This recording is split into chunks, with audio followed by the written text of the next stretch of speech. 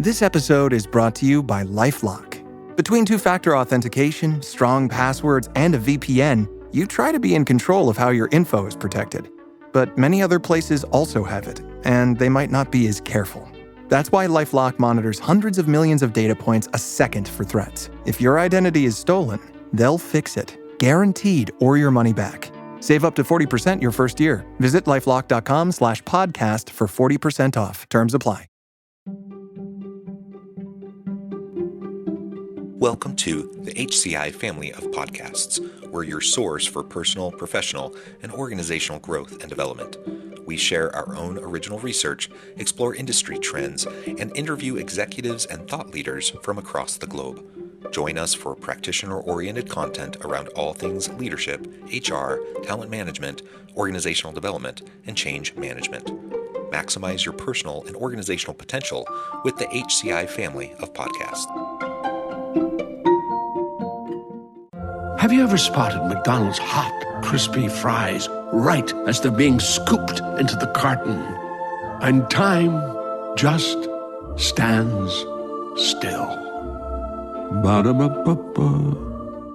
Eric Stone, welcome to the conversation today. John, it's a pleasure to be here. Looking forward to it. It is a pleasure to be with you. I'm really excited to have a nice conversation today. Today, we're going to be talking about building and measuring a high-performance culture in the workplace. Where are you joining us from today? I am on the Connecticut shore, a little town called Old Lyme, Connecticut. Oh, wonderful, wonderful. I'm joining the conversation from Salt Lake City area in Utah.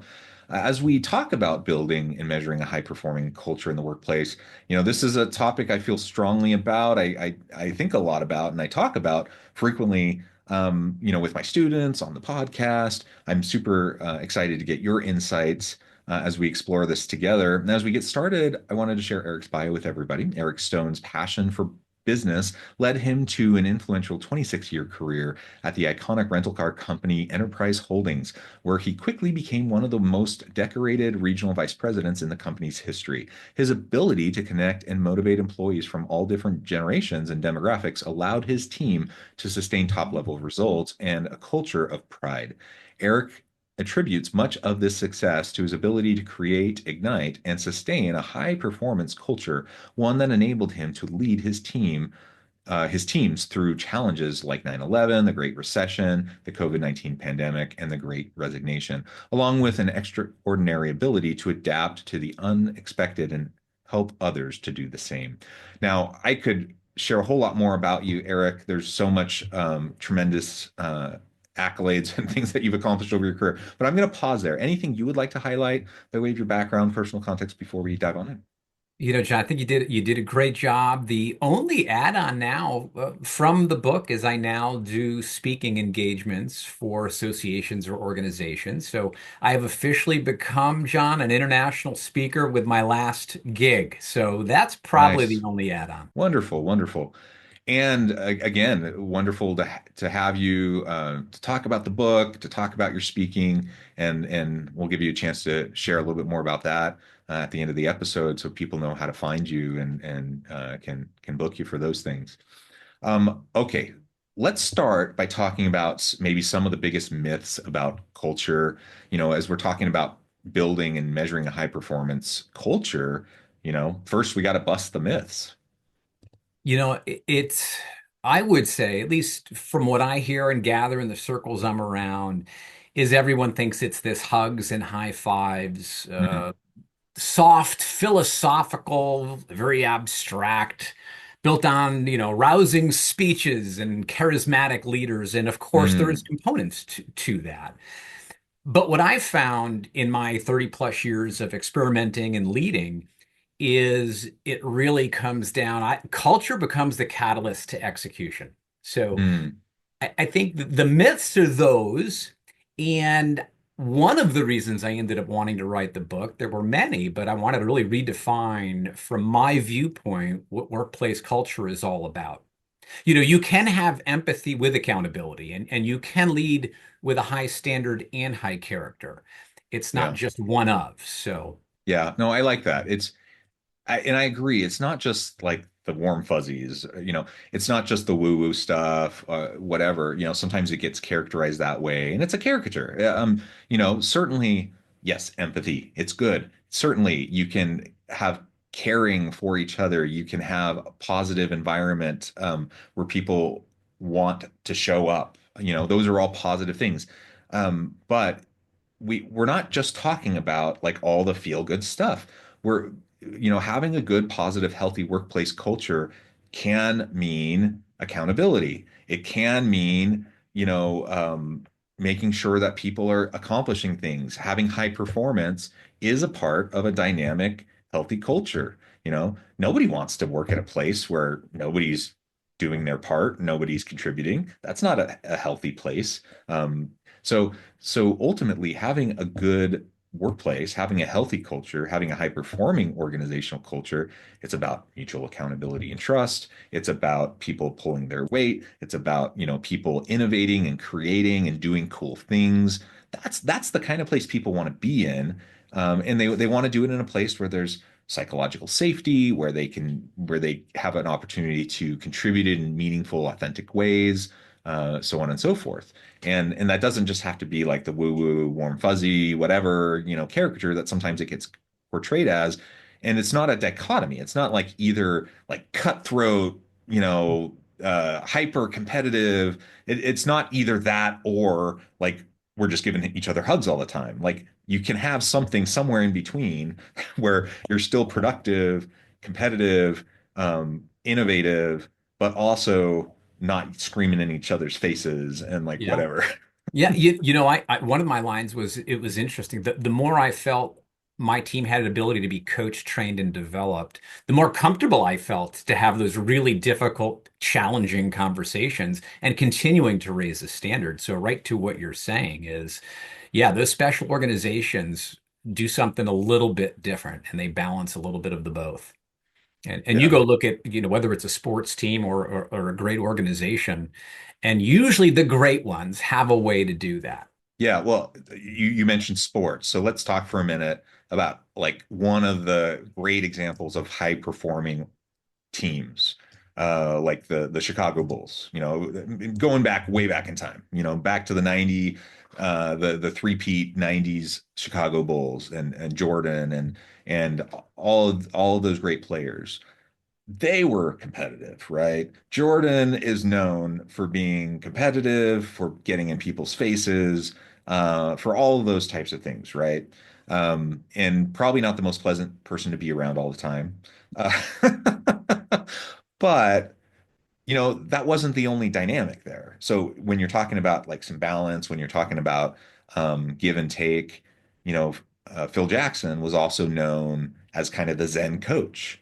He was known as the masterful one that could kind of bridge the egos and bring everyone together. And there were other members of the team that balanced Jordan's like hyper competitiveness and even Jordan, like everyone knew, even though he was like could get in people's faces and was hyper competitive, everyone knew that he was just about giving his all and he expected the same of others. And it was mutual accountability. He wasn't, holding someone to a standard that he wasn't holding himself to. And so, and what did they accomplish? They accomplished greatness. And ultimately they all look back on that as, was it hard? Yes. Was it exhausting? Yes. But they look back on it with great pride. They look back on it as something that was amazing and that Yeah. they were all glad they were a part of. And I think it's just an example of yes, you can have a mix, and it probably isn't going to look the same in every team, in every organization. And ultimately, it depends on the makeup. It depends on who the people Yeah. are. I could give you, that's a great example. And I'll share a quick story. I'm no Michael Jordan, unfortunately, but I try to be, I guess.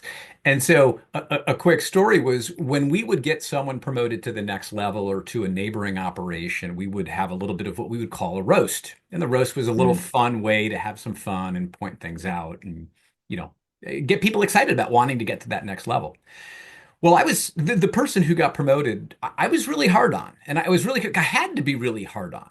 And I certainly offered and tried to build strong relationships and clearly communicate your goals and expectations and provide the right material, equipment to be successful and to really know them personally and professionally and reward top performance.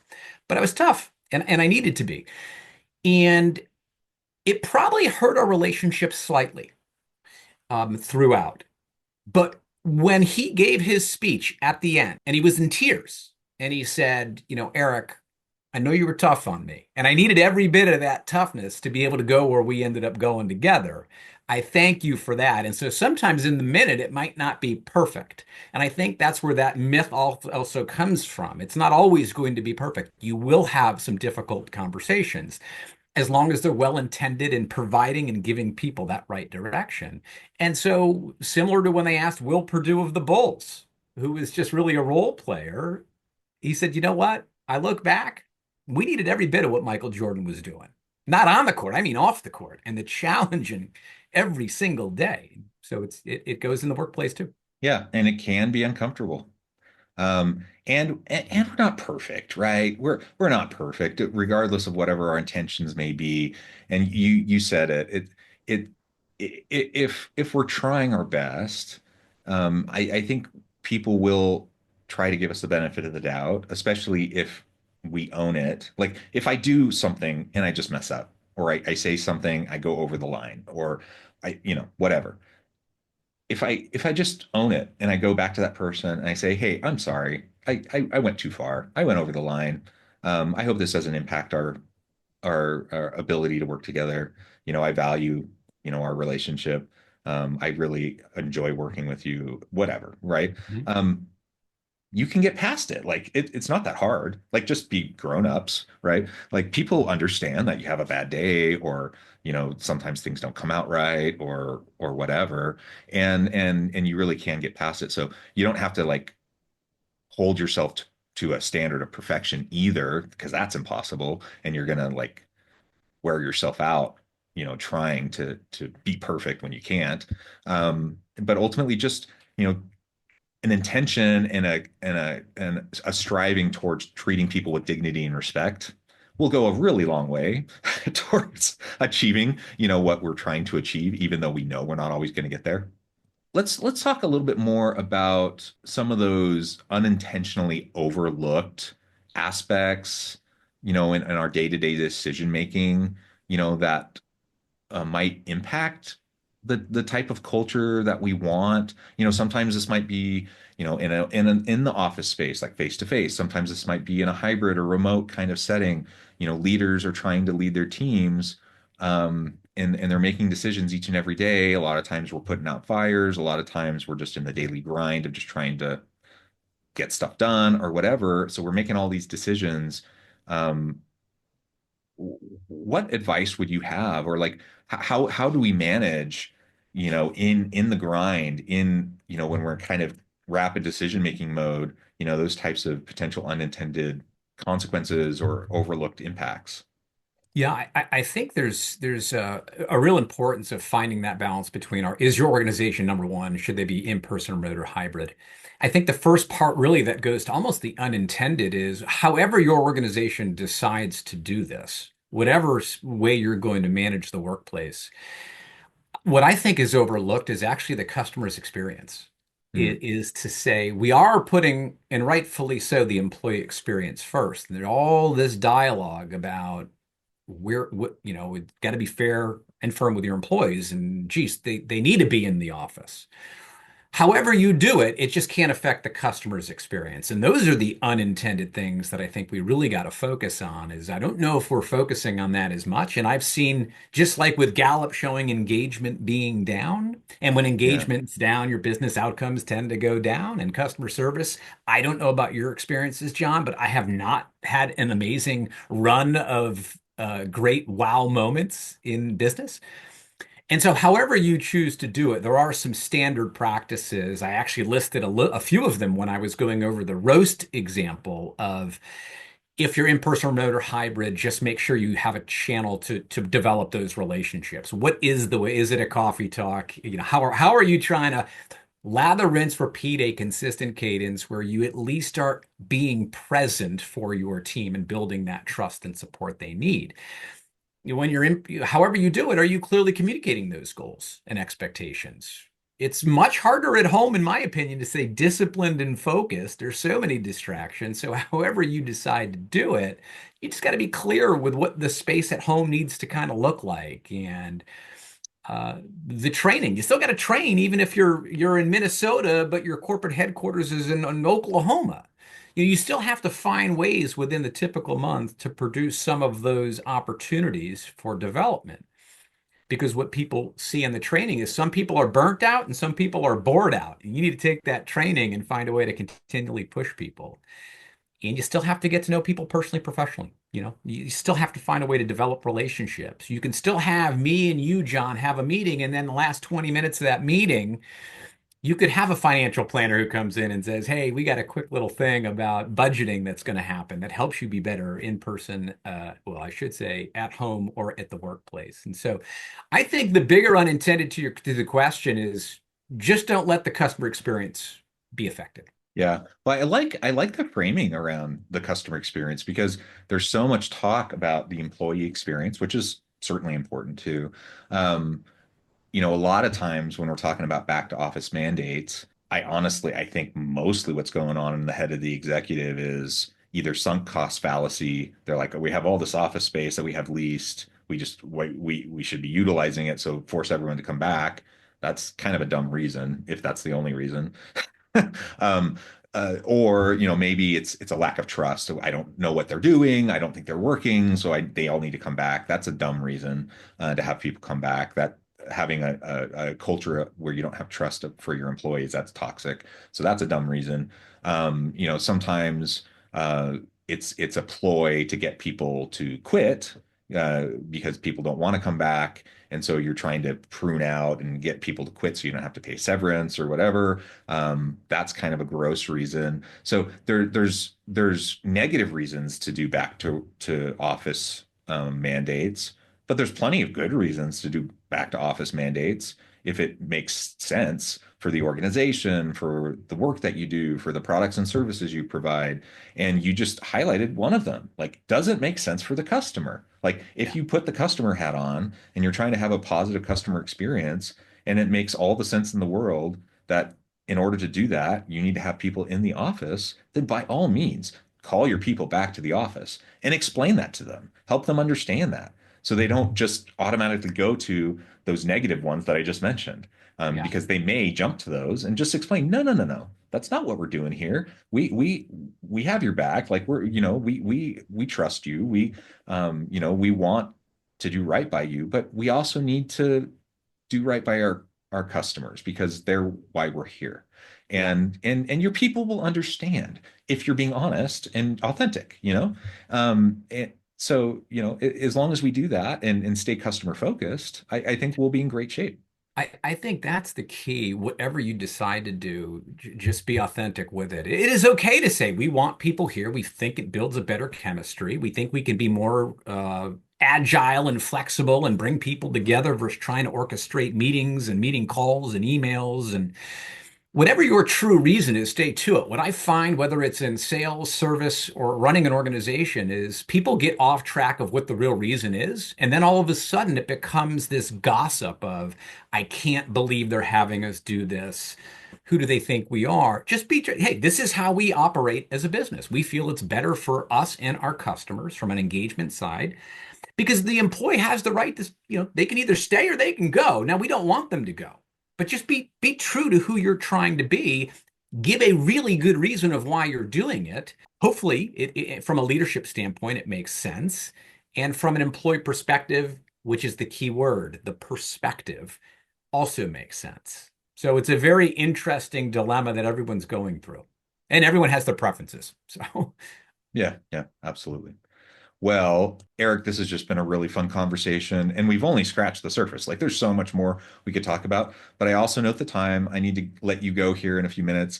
As we start to wrap up, I wanted to give you a chance to share with the audience how they can get connected with you, find out more about your work, where they can find your book, more about your speaking engagements and such. And then give us the final word on the topic for today. You could go, LinkedIn's probably the preferred method of communication, and you could check some of my recent posts or get to learn a little bit about me and the book. And that's probably the easiest, though I am on Instagram, thanks to my daughter, Clear Path Ventures _. But LinkedIn's probably the best channel.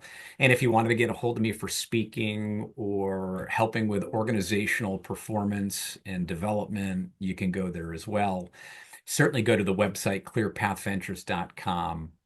And if there was a way to wrap everything up, and God, there's so much more we could talk about, but if you do Right. want unique results, you better have unique relationships. And since we started with relationships on one of the first factors I talked about, maybe we'll kind of end with it. But within the book, it goes from the hiring and how do you hire to match your culture to how do you become the distraction catcher and communicate clearly using this ABC method. So much more to even what you were mentioning earlier. How do you measure it? Is there this way to check the health of your organization? All in the book if you're interested. And if not, just look at some posts and hopefully you can learn something from that. Yeah, wonderful. Thank you so much, Eric. It's been a real pleasure. I encourage the audience to reach out, to get connected, find out more about what Eric can do for you. Check out the book, check out his resources, his articles, check out his speaking opportunities. And as always, I hope everyone can stay healthy and safe, that you can find meaning and purpose at work each and every day. And I hope you all have a great week.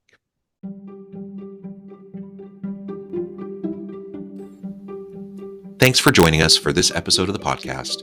We hope you stay healthy and safe, and please join us again soon.